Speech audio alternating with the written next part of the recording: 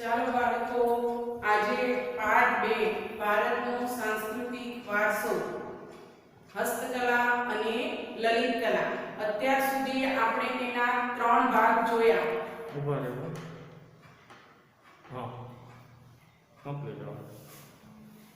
અત્યાર સુધી આપણે આ પાઠના 3 ભાગના વિડિયો જોયા. હવે આજે આમાં ભાગ 4.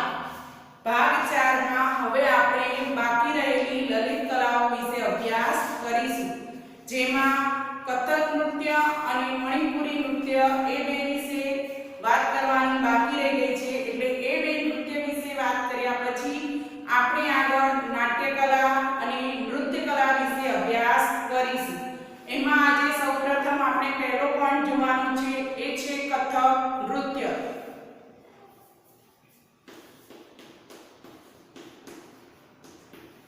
કથક નૃત્ય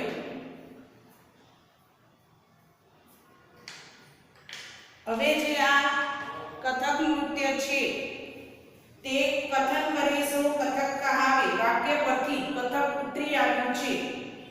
મહાભારતમાં શ્રી કૃષ્ણ અને ગોપીઓ સાથેના નૃત્યોની કથાઓ આધારિત કથક નૃત્યનો વૈષ્ણવ સંપ્રદાયની શૃંગાર ભક્તિ સાથે ઉત્તર ભારતમાં વિકાસ થયો છે. તેમાં એક પગ પર ગોળ ગોળ ફરવું અને નૃત્યના પ્રસંગો પ્રદર્શિત કરવામાં આવે છે. આ નૃત્યમાં સ્ત્રીઓ ચૂડીદાર પાયજામો અને ઉપર ઘેરવાળું વસ્ત્ર પહેરે છે.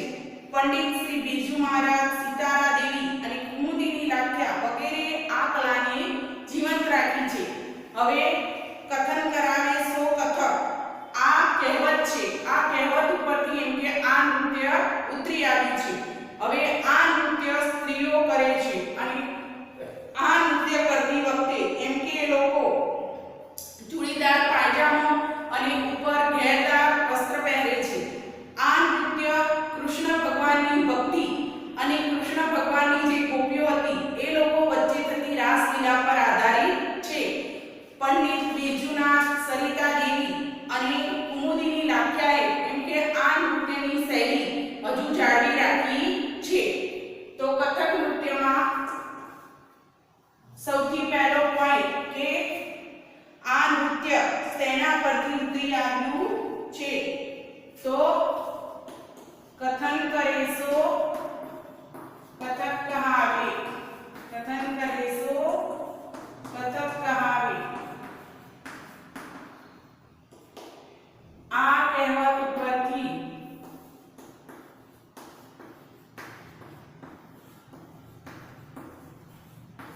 આ નૃત્ય ઉતરી આવ્યું છે.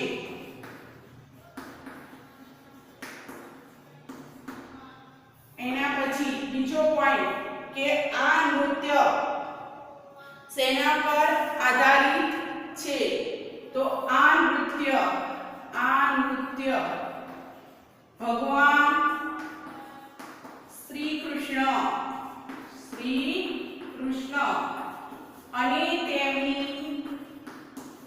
અને તેમની ગોપીઓ સાથેની રાસલીલા પર આધારિત છે.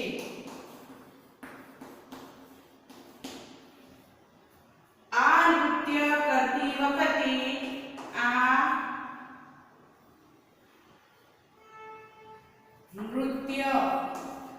કરતી વખતે સ્ત્રીઓ ચૂડીદાર પાયજામો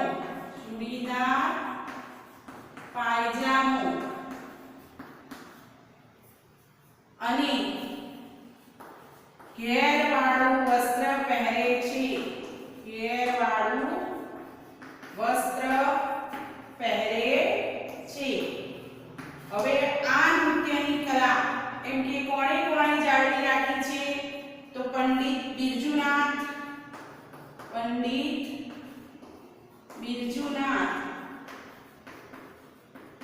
સરિતા દેવી પંડિત બીજુનાથ સરિતા દેવી કુમુદિની લાખ્યા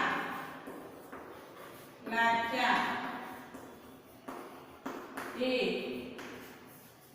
આ કળા જાળવી રાખી છે.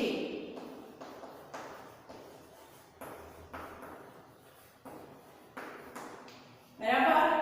હવે એના પછી જે આગળનો પોઈન્ટ આપણે શીખવાનો છે એ છે મણિપુરી નૃત્ય. મણિપુરી નૃત્ય.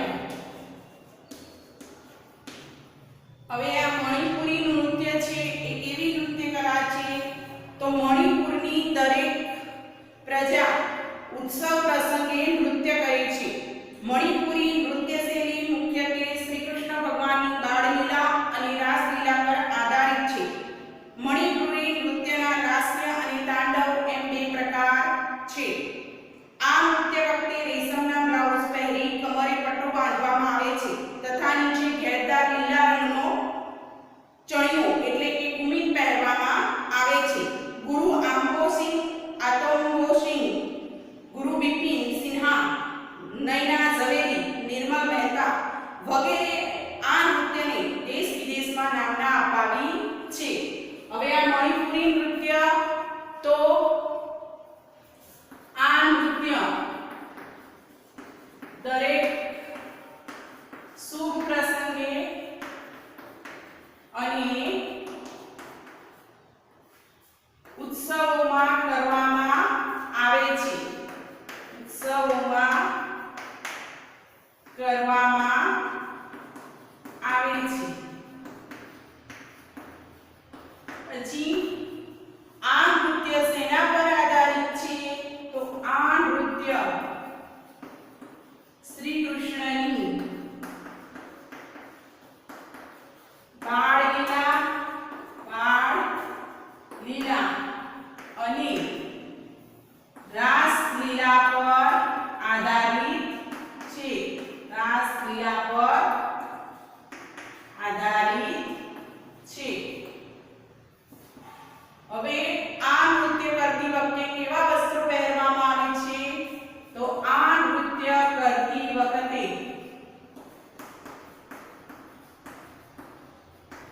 સ્ત્રીઓ બ્લાઉઝ, કમરે રેશમનો પટ્ટો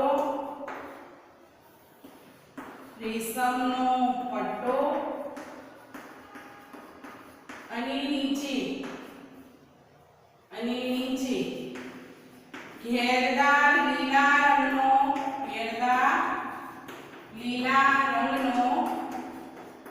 ચણિયો પહેરે છે. હવે જે આ ઘેરદાર લીલા રંગનો ચણિયો છે, જેને કુમીન કહેવાય છે. કેમ કે આ જે ઘેરદાર લીલા રંગનો ચણિયો છે તેને કુમીન તરીકે ઓળખવામાં આવે છે. હવે એના પછી કે આ નૃત્ય શૈલીની એમ કે જાળવણી કોણે કરી છે, તેને વિશ્વમાં નામના કોણે અપાવી છે? તો ગુરુ આમ્બોસિંહ અગોવિંદસિંહ, ગુરુ આમ્બોસિંહ, પછી ગુરુ બિપિન સિન્હા, નૈના ઝવેરી, ગુરુ બિપિન સિન્હા,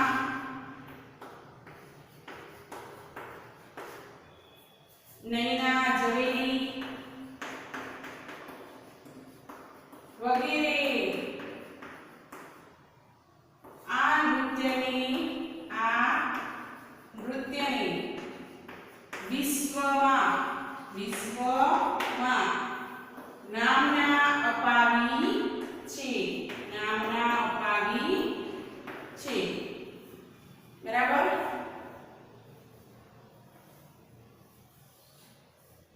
હવે આ હતી નૃત્ય સુધીની વાત. હવે પછીની જે કલા છે એ છે નાટ્ય કલા. હવે આપણે આ નૃત્ય વિશે અભ્યાસ કરી ચૂક્યા. હવે આપણે નાટ્ય કલા વિશે અભ્યાસ કરવાનો છે.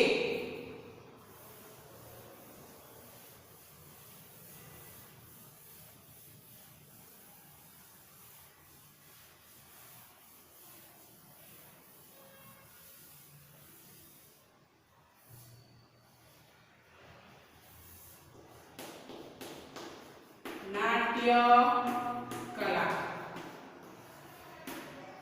હવે આ નાટ્ય કલામાં મનોરંજન સાથે સંસ્કાર એ ભારતીય નાટ્ય કલાની વિશેષતા રહી છે.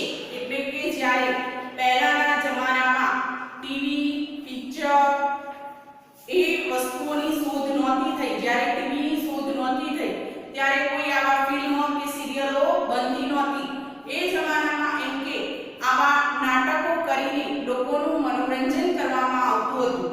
એટલે કે મનોરંજન સાથે સંસ્કાર આપવાની વિશેષતા ભારતીય નાટ્ય કલાની એક ખૂબ જ આકર્ષક વિશેષતા છે.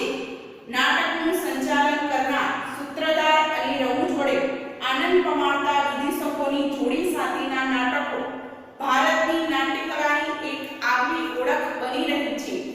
ભરત મુનિએ રચેલું નાટ્યશાસ્ત્ર કલા ક્ષેત્રે પ્રચલિત છે.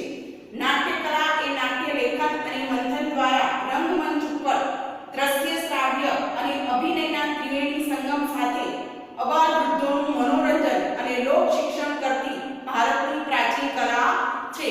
એમ કે જેમ કે જ્યારે આ ટીવીની શોધ નહોતી, ટીવીમાં આવતી સિરિયલો કે પિક્ચરો જે વસ્તુઓની શોધ નહોતી થઈ, ત્યારે એમ કે ભારતના પ્રાચીન સમયમાં સ્ટેજ ઉપર એમ કે દ્રશ્ય શ્રાવ્ય માધ્યમો દ્વારા કલાકારોની મદદ વડે નાટકોની રચના કરવામાં આવતી અને આવી રીતે આ નાટકો દ્વારા લોકોની મનોરંજન, સંસ્કારો અને લોક શિક્ષણ પણ પૂરું પાડવામાં આવતું.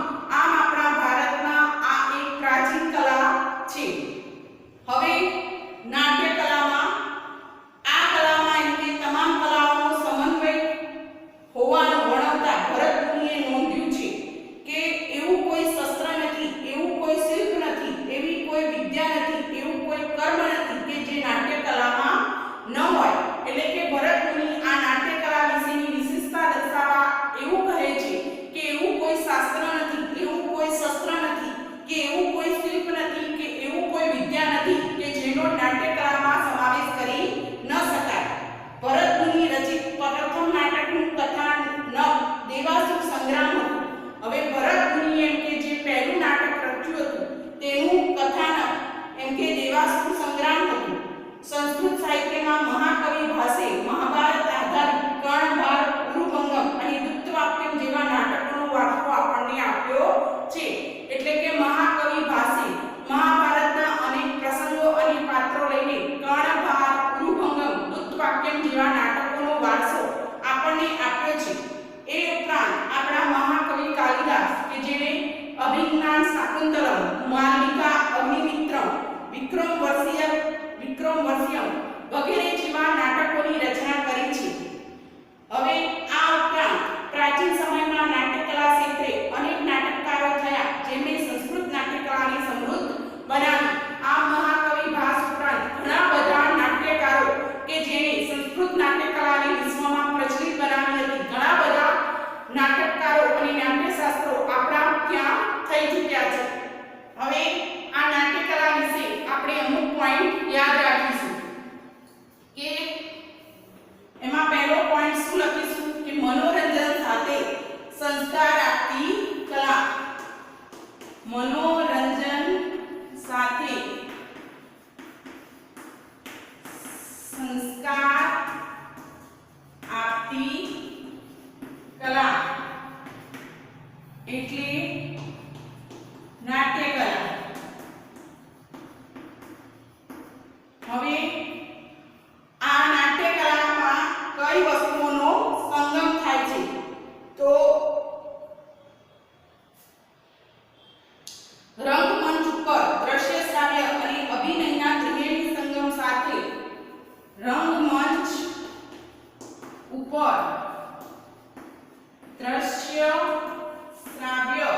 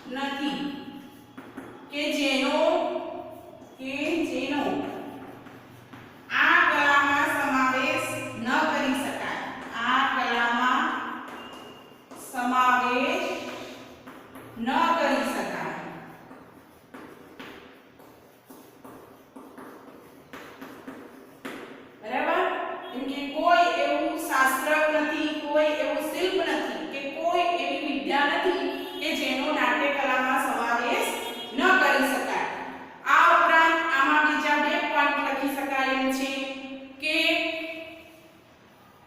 ભરત મુનિએ નાટ્યશાસ્ત્રના પ્રણેતા છે અને જે મહાકવિ ભાસ હતા તેમણે સંસ્કૃત સાહિત્યના માંથી ઘણા મહાભારતના પ્રસંગો લઈને ઘણા બધા નાટકોની રચના કરી છે, જેમાં કર્ણભાર, ગુરુભંગમ અને દૂતવાક્યમ જેવા નાટકો છે. એ ઉપરાંત મહાકવિ કાલિદાસે પણ સંસ્કૃત નાટ્યકલા ક્ષેત્રે પોતાનો ફાળો આપ્યો છે. એમણે અભિજ્ઞાન શાકુંતલમ, માલિકા, અગ્નિમિત્રમ, વિક્રમવર્ષિયમ જેવા નાટકોની રચના કરી છે અને વિશ્વમાં આ સંસ્કૃત નાટ્યકલાને મહત્વનું સ્થાન અપાવ્યું છે. હવે આનાથી આગળ આ કલામાં જોવા જઈએ તો એમ કે ગુજરાતમાં કયા લોકોએ આ કલાને ક્ષેત્રે ફાળો આપ્યો છે, તો ગુજરાતની નાટ્યકલામાં જયશંકર સુંદરીનું નામ મોખરે ગણાય છે. આ ઉપરાંત અમૃત નાયક, બાપુલાલ નાયક, પ્રાણસુખ નાયક, દીના પાઠક, જસવંત ઠાકર, ઉપેન્દ્ર ત્રિવેદી, પ્રવીણ જોશી, સરિતા જોશી, દીપક દિવાલા વગેરેનો ફાળો પણ નોંધપાત્ર રહ્યો છે. દેશી નાટક સમાજ અને અન્ય નાટ્ય સંસ્થાઓનો ફાળો પણ નોંધવો જ રહ્યો. એમ કે હવે ગુજરાત રાજ્યમાં આ નાટ્યકલા ક્ષેત્રે કયા કયા લોકોએ ફાળો આપ્યો છે, તો ગુજરાત રાજ્યમાં પણ નાટ્યકલા ખૂબ જ વિકસી છે.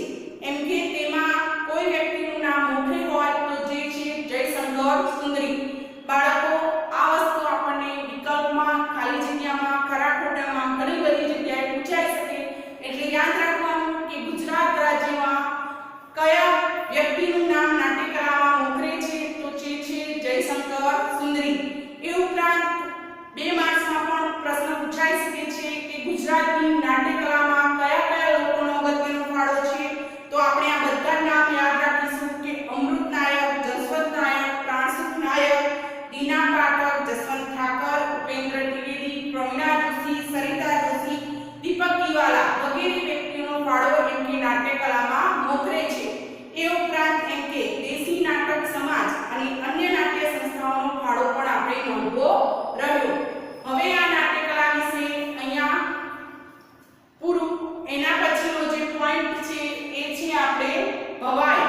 હવે આ નાટ્યકલાનો જે એક ભાગ કહેવાય ભવાઈ. ભવાઈ શબ્દથી તો આપણે સાંભળેલો છે અને તેનાથી આપણે પરિચિત પણ છીએ, કારણ કે આપણા ગુજરાત રાજ્યના જુદા જુદા ગામડાઓમાં ભવાઈ કરવામાં આવે છે. હવે આ વસ્તુ નથી થતી કારણ કે ટીવી, ફોન્સ, ઘણી બધી વસ્તુઓ, ટેકનોલોજીનો વિકાસ થઈ ગયો છે, એટલે હવે આવું બધું જોવાનું કોઈની પાસે ટાઈમ નથી. પણ જ્યારે આ વસ્તુ નહોતી ત્યારે લોકો ગામડામાં ભવાઈ કરતા. ભવાઈ એટલે અમુક ઉત્સવો, પ્રસંગો કે અમુક દિવસે જે વ્યાસ લોકો હતા, નાયક લોકો હતા, એ લોકો આ ભવાઈનું કામ કરતા હતા અને એ દિવસે રાત્રે એક બે દિવસ કોકો તો અઠવાડિયું રોકાઈને ભવાઈનો કાર્યક્રમ યોજવામાં આવતો હતો. હવે આ ભવાઈ વિશે આપણે આખું ડિટેલમાં સમજીએ.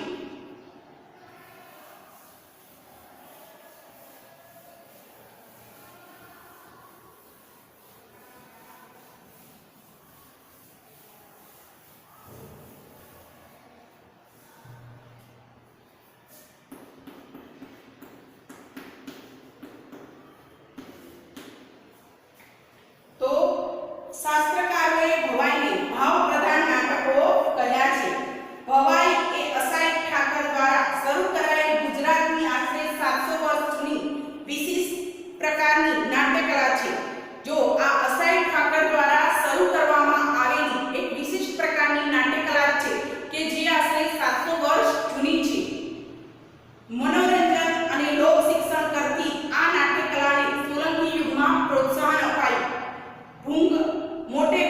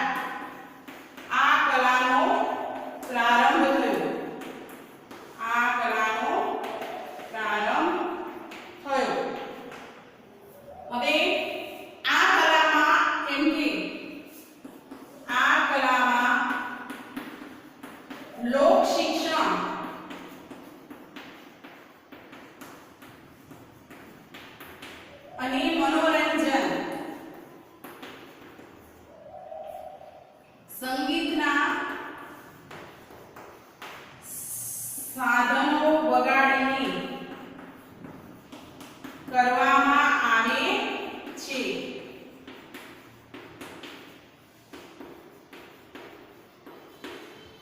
હવે આ કલાને પ્રોત્સાહન ક્યારે મળ્યું? તો સોલંકી યુગમાં આ કલાને પ્રોત્સાહન મળ્યું. આ કલાને પ્રોત્સાહન મળ્યું. હવે આ કલા માટે એક વાજિંત્ર પ્રખ્યાત છે, એ છે ઘૂંઘણ. ઘૂંઘણ વગાડી આ કલાનો પ્રારંભ થાય છે.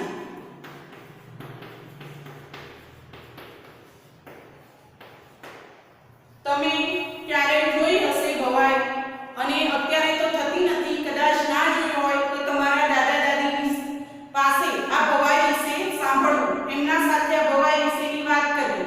આ ભવાઈમાં ઘૂંઘણ વગાડી રંગલો રંગલી દેવીની સ્તુતિ કરે છે, અને એ સ્તુતિ બાદ પોતાની નાટ્યકલાનો પ્રારંભ કરે છે. એ નાટ્યકલામાં એ રામદેવનું પાત્ર, જુડાજુડાનું પાત્ર, કથોડાનો વેશ વગેરે જુદા જુદા વેશ ધારણ કરીને, જુદી જુદી વસ્ત્રભૂષાઓ ધારણ કરીને આપણને એક પ્રકારનું મનોરંજન પૂરું પાડે છે. હવે આ ભવાઈમાં એમ કે ઘણીવાર ભવાઈમાં સામાજિક કુરિવાજો દર્શાવતા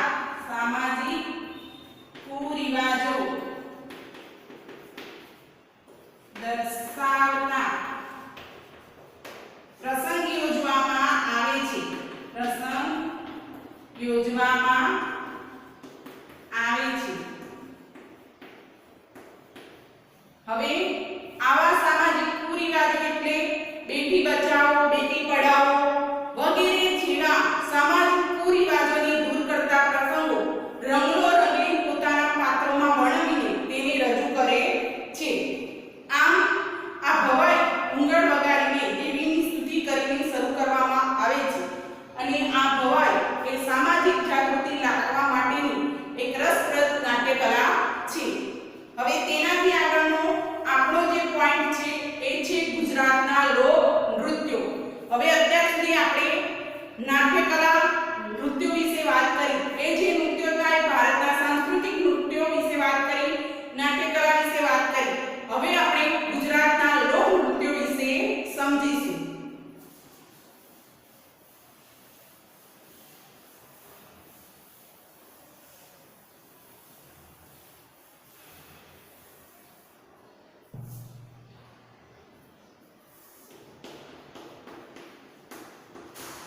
ગુજરાતના લોક નૃત્યો.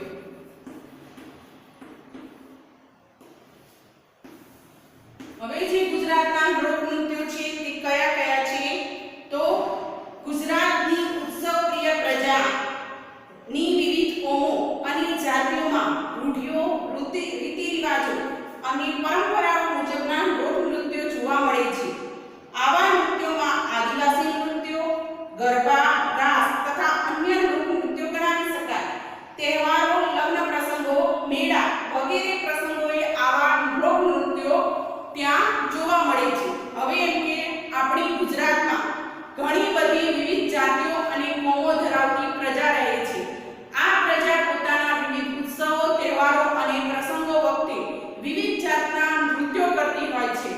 તો આ ગુજરાતના લોક નૃત્યોમાં એમ કે મુખ્યત્વે આદિવાસી નૃત્યો, ગરબા, રાસ તથા અન્ય પ્રકારના ઘણા બધા લોક નૃત્યો જોવા મળે છે.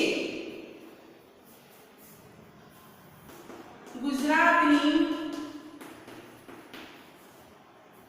ઉત્સવ પ્રેમી પ્રજા વિવિધ પ્રસંગે અને તહેવારોમાં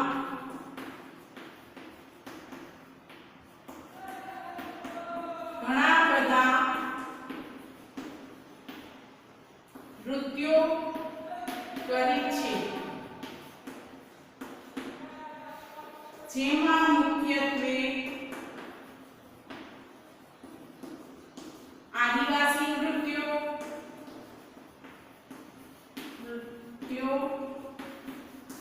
ગરબા, રાસ, વિવિધ પ્રકારના લોક નૃત્યોનો સમાવેશ થાય છે.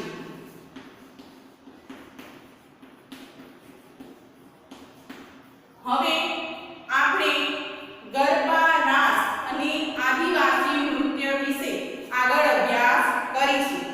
એમાં સૌથી પહેલા આપણે આદિવાસી નૃત્ય વિશે અભ્યાસ કરીશું. તો ગુજરાતના આદિવાસીઓમાં હોળી અને બીજા તહેવારો, લગ્ન, દેવી દેવતાઓને ખુશ કરવા માટે અને મેળાઓમાં નૃત્ય જોવા મળે છે.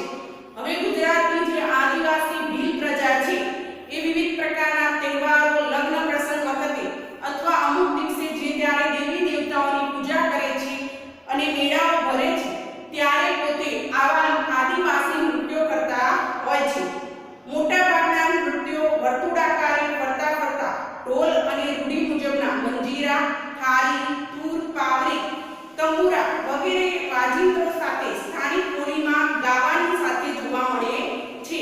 હવે કે આવા નૃત્યો કેવી રીતે થતા હોય છે? તો મોટે ભાગે કે આવા નૃત્યો ગોળ ફરીને એક સાથે સર્કલમાં એમના વિવિધ વાજિંત્રો જેમ કે તબલા, મંજીરા, ઢોલ, તૂર, પાવરી વગેરે વગાડીને ફરતા ફરતા ગાઓ અને ગાતા ગાતા તે લોકો આવા નૃત્યો કરતા હોય છે.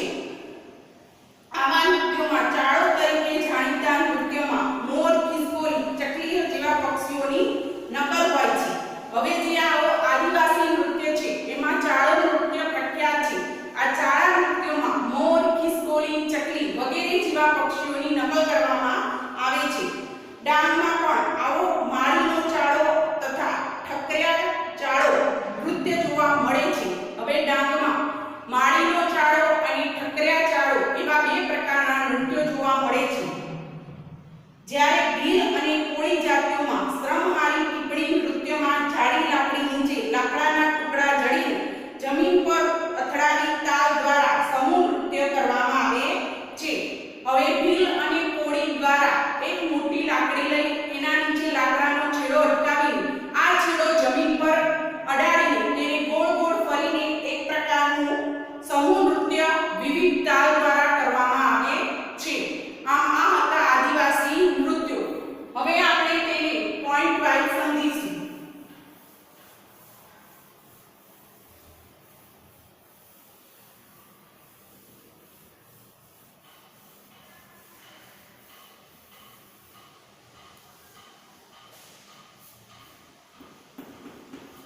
આદિવાસી નૃત્ય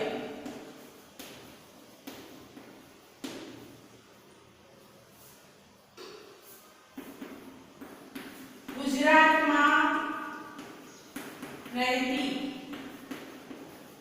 આદિવાસી પ્રજા વિવિધ તહેવારો, પ્રસંગો અને મેળાઓમાં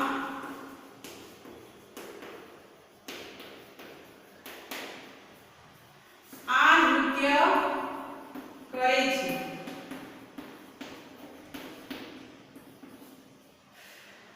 આ નૃત્યમાં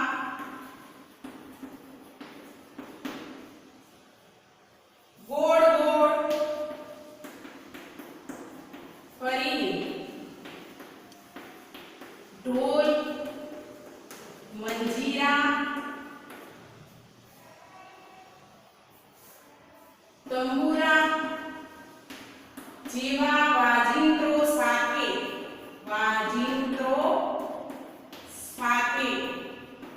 આ નૃત્ય કરવામાં આવે છે.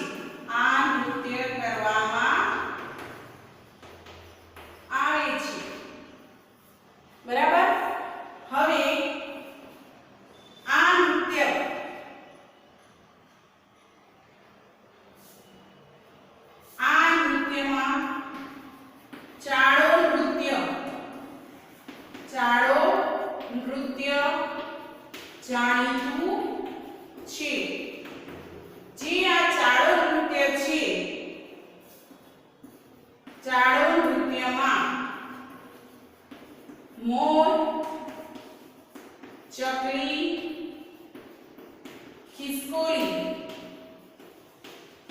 વગેરે જેવા પક્ષીઓની નકલ હોય છે.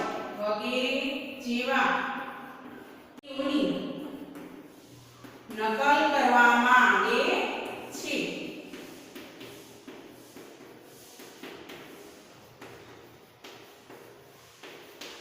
બરાબર.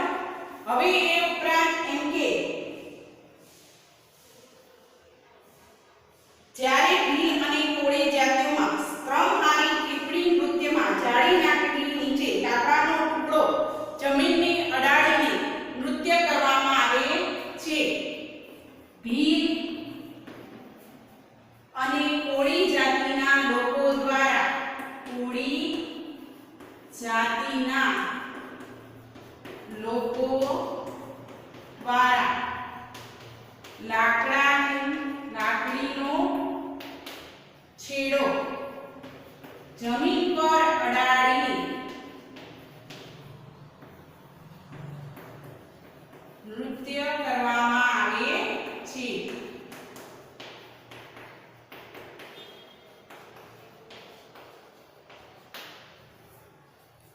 બરાબર.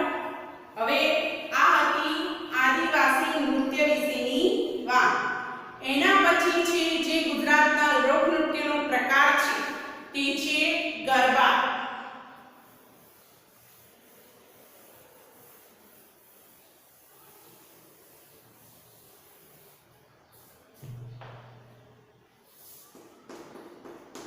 ગરબા. હવે ગરબો શબ્દ ગર્ભદીપ ઉપરથી ઉતરી આવ્યો છે. ઘડાને કોરાવીને તેમાં દીવો મૂકવો અને એની ચોમેર કે તેની માથે મૂકી ગોળાકારી નૃત્ય કરવું એટલે ગરબો. ગુજરાત રાજ્યમાં નવરાત્રી આસો સુદ એકમથી આસો સુદ નોમ અને ઘણીવાર શરદ પૂનમ દરમિયાન ગરબા રમાય છે. આદ્ય શક્તિ માં જગદંબાની પૂજા અને આરાધના કરવા આ પવિત્ર પર્વે ગરબી ગુજરાત તણો માતાજીના ગરબા ગવાય છે. સામાન્ય રીતે ચોક કે મેદાનની વચ્ચે માતાજીની માંડવી હોય અને તેના ફરતા વર્તુળાકારે મોટે ભાગે તાળીઓના તાલે અને ઢોલના ધબકારે આ ગરબા ગવાય છે. સામાન્ય રીતે ગરબામાં ગરબા ગવડાવનાર અને ઝીલનારા અને ઢોલના તાલે ગીત સ્વર અને તાલ મેળવી એક તાળી બે તાળી અને ત્રણ તાળી અને ચપટી સાથેના હાથના હિલોડા સાથે ગરબા ગવાય છે. ગુજરાતમાં ગરબા ઉપરાંત ગવાતી ગરબીનો સંબંધ મહદઅંશે શ્રી કૃષ્ણની ભક્તિ સાથેનો છે. ગુજરાતી કવિ દયારામે ગોપી ભાવે શ્રી કૃષ્ણ પ્રેમની રંગભરી ગરબીઓ રચી ગુજરાતી સ્ત્રીઓના કંઠને ગુંજતો કરી દીધો છે. હવે આ તો આપણે બધા જાણીએ છીએ કે આપણે ગુજરાત રાજ્યમાં રહીએ છીએ અને નવરાત્રી એ આપણો ખૂબ જ પ્રિય તહેવાર છે. બધાને ખબર જ છે કે આપણે નવરાત્રીમાં ગરબા રમીએ છીએ અને આસો સુદ એકમથી નોમ સુધી આ નવરાત્રીનો તહેવાર 9 દિવસ મનાવવામાં આવે છે. ઘણીવાર એટલે આપણે શરદ પૂનમના દિવસે પણ ગરબા રમીએ છીએ. હવે ગરબા ગોળ ગોળ ફરીને હાથની તાળીઓ સાથે ઢોલ અને તાલ સ્વરની ગુંજે કરાતું નૃત્ય છે. અને આ ગરબામાં આપણે રંગબેરંગી ઘેરદાર ચણિયાચોળીઓ પહેરીએ છીએ. પુરુષો કેડીઓ જબ્બા ધોતિયું વગેરે જેવા પોશાક પહેરે છે. પણ આ ગરબા નૃત્ય કોની આરાધના માટે થાય છે? તો માં જગદંબાની આરાધના અને પૂજા માટે આ પવિત્ર એવું નૃત્ય કરવામાં આવે છે. આ ગરબો શબ્દ એ ગર્ભદીપ ઉપરથી ઉતરી આવ્યો છે અને ગર્ભદીપ એટલે કે ઘડાને કોરાવીને તેમાં દીવો મૂકીને તેની ફરતે અથવા તો તેને માથે લઈને ગોળ ગોળ ફરીને કરવામાં આવતું નૃત્ય એટલે ગરબા. આ ગરબાનો સંબંધ એમ કે બે વ્યક્તિ સાથે પણ ખાસ રહેલો છે. એક તો માં જગદંબા માટે આપણે ગરબા કરીએ છીએ અને શ્રી કૃષ્ણની ભક્તિ અને તેની રાસલીલા માટે પણ ગરબી શબ્દ વપરાયો છે. ભગવાન શ્રી કૃષ્ણ સાથે રમતી ગોપીઓ અને એમની નાની નાની રાસલીલાઓ માટે આ ગરબી શબ્દ રાખવામાં આવ્યો છે. આપણા ગુજરાતના જાણીતા કવિ શ્રી દયારામે આ શ્રી કૃષ્ણ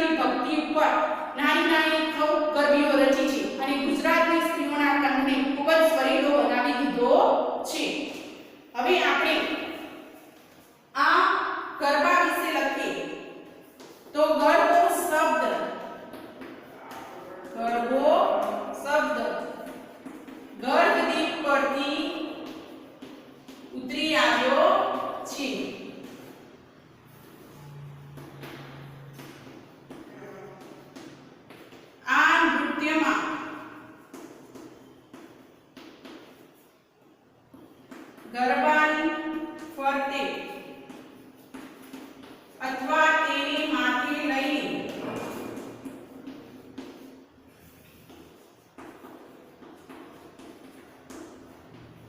માં જગદંબાની આરાધના કરવામાં આવે છે.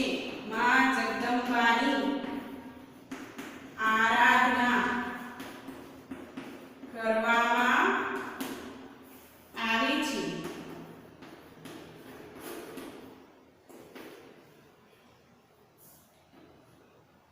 આસો સુદ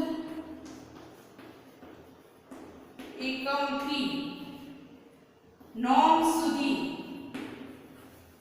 નવરાત્રિનો તહેવાર ઉજવાય છે. અને મેં જેમ કીધું એમ પ્રમાણે ઘેરદાર ચણિયાચોળીઓ અને કેળિયું ધોતિયું પહેરણ વગેરે પહેરીને આ ગરબાનું નૃત્ય કરવામાં આવે છે. હવે બીજો ખાસ પોઈન્ટ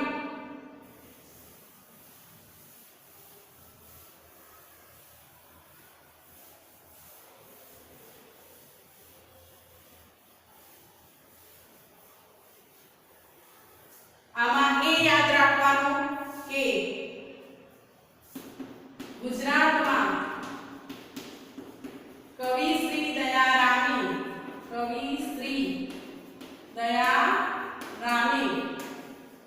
શ્રી કૃષ્ણની રાસલીલા પર આધારિત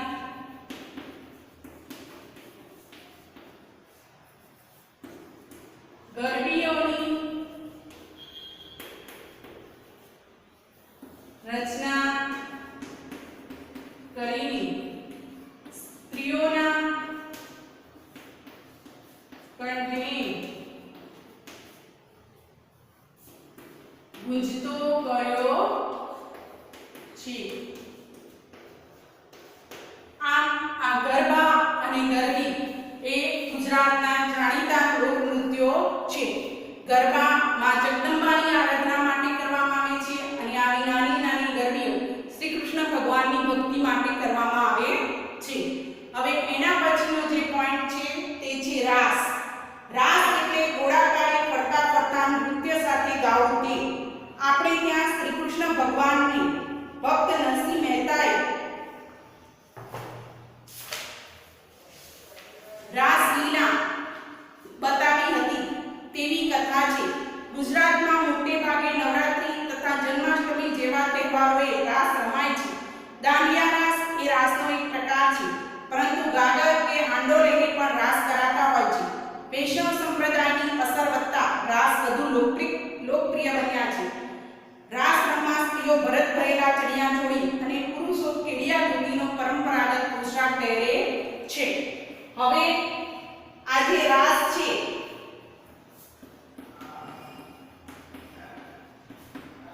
એ શ્રી કૃષ્ણની ભક્તિ સાથે જોડાયેલો એક નૃત્યનો પ્રકાર છે. શ્રી કૃષ્ણની ભક્તિ સાથે જોડાયેલો નૃત્યનો પ્રકાર છે. આ રાસ જે છે એ ભગવાન શ્રી કૃષ્ણની ભક્તિ સાથે જોડાયેલો એટલે એક પ્રકાર છે. રાસ દાંડિયા સાથે ગોળ ગોળ ફરીને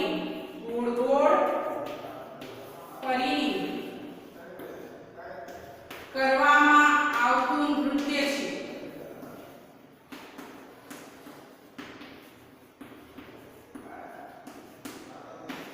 બરાબર? એ રાસ એ કરવામાં આવતું એક નૃત્ય છે.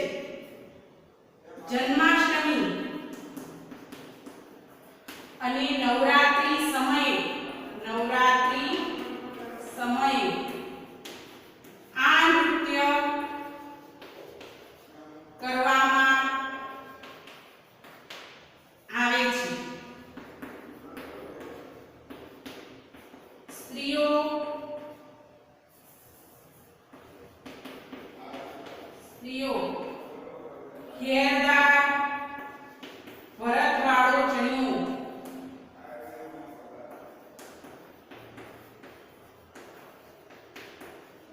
અને પુરુષો કેડિયું તથા ધોતી પહેરે છે.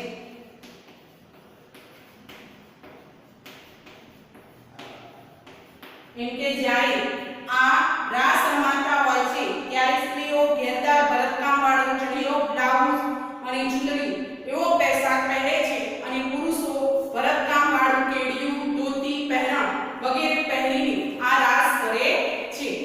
હવે એના પછી છે ગુજરાતના અન્ય નૃત્યો. તો એમાં પહેલું છે ગોપગુંથન નૃત્ય. ગુજરાતના આ નૃત્યમાં ઢોલ વગેરેના સંગીતના તાલે માંડવો, થાંભલો કે વૃક્ષ સાથે દોરી બાંધી તેના છેડા નીચે સમૂહમાં ઉભેલા નાચનારા પકડીને, એટલે કે એક હાથમાં છેડો અને બીજા હાથમાં દાંડીઓ બેલ આકારે એક અંદર અને એક બહાર એમ ગોળ ફરતા થઈ ગૂંથણી બાંધે છે અને છોડે છે. હવે આના પછીના જે પ્રકારો છે એટલે કે ગુજરાતના અન્ય નૃત્યો.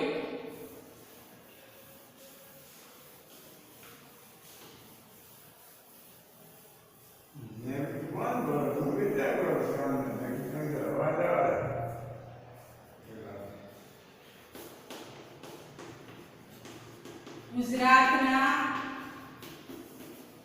અન્ય નૃત્યો.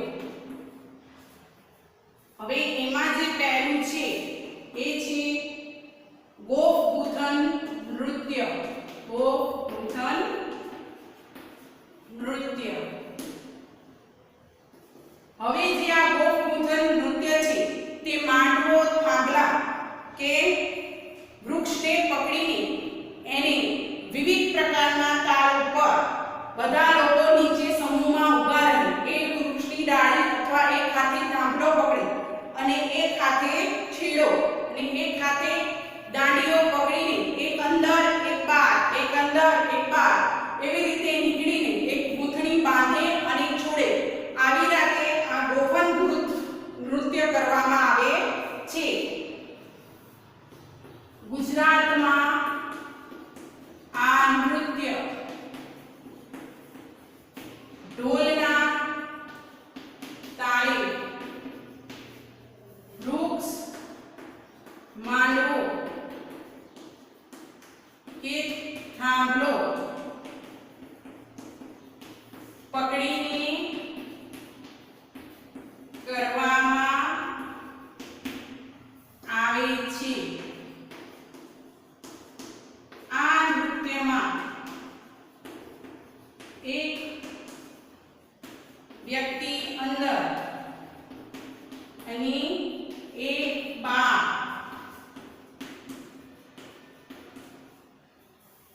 એમ ગોળ ફરીને આ નૃત્ય કરે છે. એટલે કે એક ગૂંથણી પ્રકારની રચના કરે છે તેને એટલે આને ગોપગુંથન નૃત્ય કહે છે. હવે એના પછી છે સિદ્ધીઓનું ધમાલ નૃત્ય. મૂળ આફ્રિકાના અને ગીરની મધ્યમાં હાલના જાંબુમાં વસેલા સિદ્ધી લોકોનું આ નૃત્ય છે. મસીરા તાલબદ્ધ ખખડાવવાની સાથે મોરપીંછનું ઝુંડ અને નાના નાના ઢોલકા સાથે ગોળાકાર ફરીને ગવાતું આ નૃત્ય છે. હોહોના આરોહ અવરોહ સાથે ગવાતા આ નૃત્યમાં પહાડો અને જંગલના ઘેરા પડછંદો ઉડતા હોય તેવું લાગે છે. પશુ પક્ષીઓના અવાજની નકલ કરતા સમૂહમાં આ નૃત્ય કરવામાં આવે છે. હવે સિદ્ધીઓનું ધમાલ નૃત્ય. તો જે આ ધમાલ નૃત્ય છે એ મૂળ આફ્રિકાના અને હાલ ગીરના મધ્યમાં રહેલા સિદ્ધી લોકોનું આ નૃત્ય છે. આ એક પ્રકારનું આદિવાસી નૃત્ય છે, કારણ કે આ નૃત્યમાં મસીરા તાલબદ્ધ રીતે ખખડાવીને મોરના પીંછા હાથમાં લઈને અલગ અલગ પક્ષીઓના અવાજની નકલ કરવામાં આવે છે.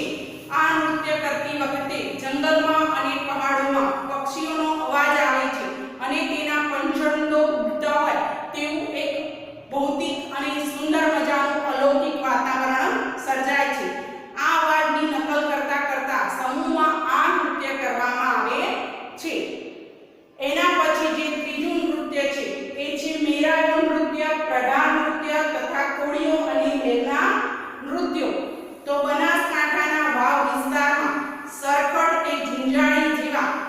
ઊંચા ઘાસમાંથી તોરણ જેવા ઝુમખાઓનો મેરાવો ગુંથી ઢોલના અવાજ સાથે તલવારના દાવપેચ જેવું નૃત્ય મેરાયો નૃત્ય તરીકે જાણીતું છે. હવે એમ કે જે આ મેરાયો નૃત્ય છે એ બનાસકાંઠાના વિસ્તારમાં સરખમ કે ઝુંઝાડી જેવા બનાસકાંઠાના વિસ્તારમાં આ બે પ્રકારના ઊંચા ઘાસ થાય છે. એ ઘાસના એમ કે તોરણો અને ઝુમખાઓ બંધાવીને ઢોલના અવાજ સાથે તલવારના જાણે દાવપેચ રમતા હોય એ રીતે આ ઘાસની મદદથી જાણે તલવાર ફેરવતા હોય એ રીતે રમીને એમ કે આ નૃત્ય મેર લોકો કરતા હોય છે. 18 જાતિ